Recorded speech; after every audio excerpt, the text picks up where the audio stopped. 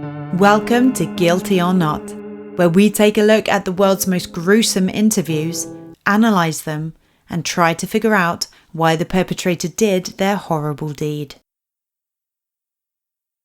Jeffrey Dahmer. Between 1978 and 1991, American serial killer Jeffrey Dahmer murdered and dismembered 17 men and boys. He would pack the victims' body parts into the plastic bags and bury them behind his home. He would also take disturbing photography of his victims and hang them on the wall. He also had tendencies to eat the victims. This gave him the name the Milwaukee Cannibal. Upon searching his home, police found pictures of body parts. Police also found heads in his fridge and freezer, and also a 57 drum filled with bodies in his room. I desensitized myself to it. I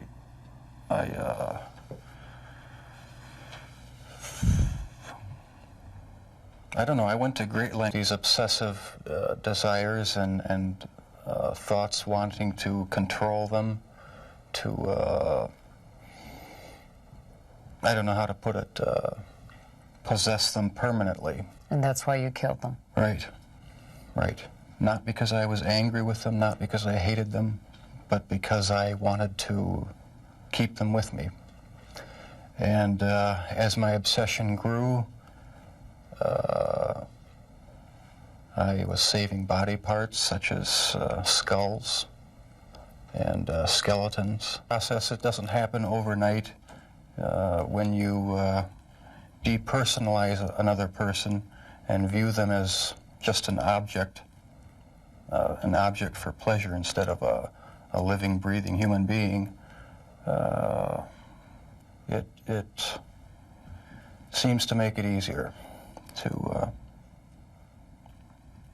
do things you shouldn't do. I always knew that it was wrong, but after the first killing was not planned. I was coming back from the shopping mall back in '78. I had fantasies about picking up a hitchhiker and taking him back to the house and having complete control and dominance over him. An opportunity to fully express what I wanted to do. There was just not the physical opportunity to do it then. And I started, when I moved to Milwaukee in '81, I started reading pornography, going to the bookstores.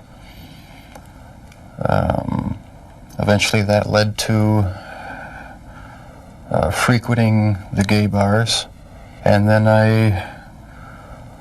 one time I brought this young man back to the hotel room, the Ambassador Hotel. Was just planning on drugging him and spending the night with him. Had no intention of hurting him. When I woke up in the morning, he had a broken rib here, was heavily bruised.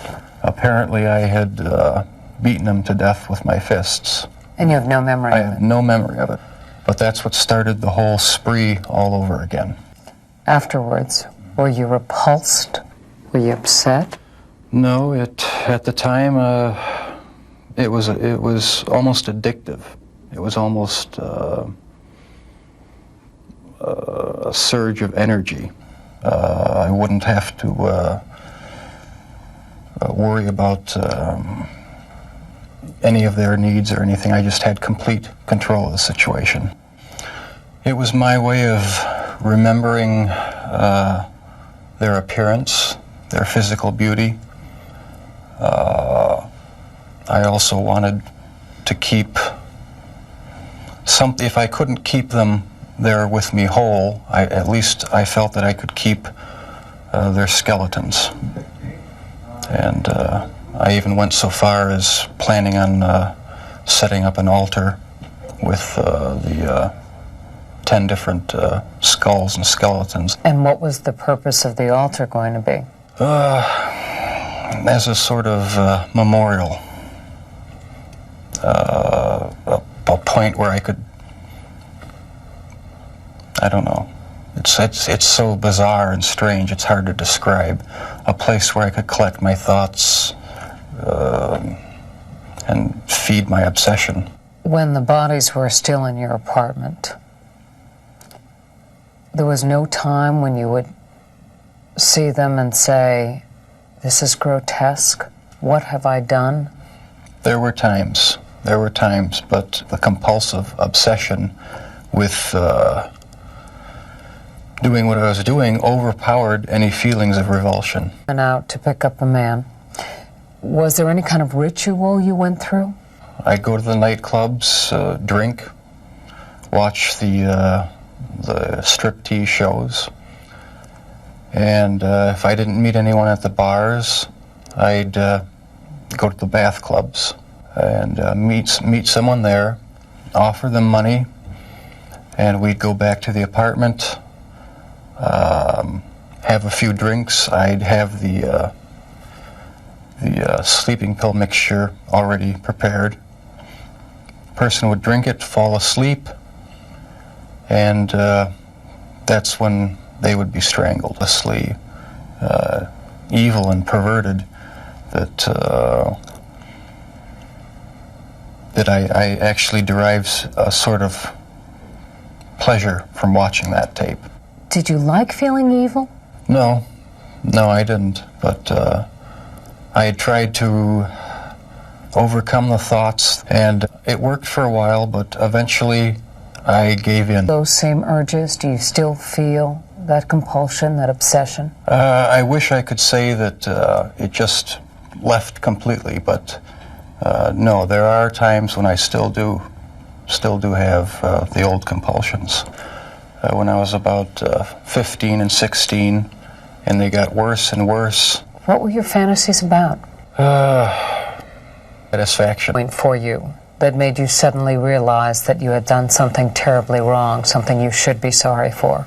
It was the night of the arrest. I have no memory of what happened during the 6 hours before the last victim ran out of the apartment. I heard a knock on the door, and the police were there with the last victim. They asked me where the key was to the handcuffs. My mind was in a haze. I sort of pointed to the bedroom, and that's where they found the pictures. And they yelled, "Cuff him." And I was handcuffed, and it was just the realization that there was no point in trying to hide my actions anymore. The best route was to help the police identify all the victims and just make a complete confession.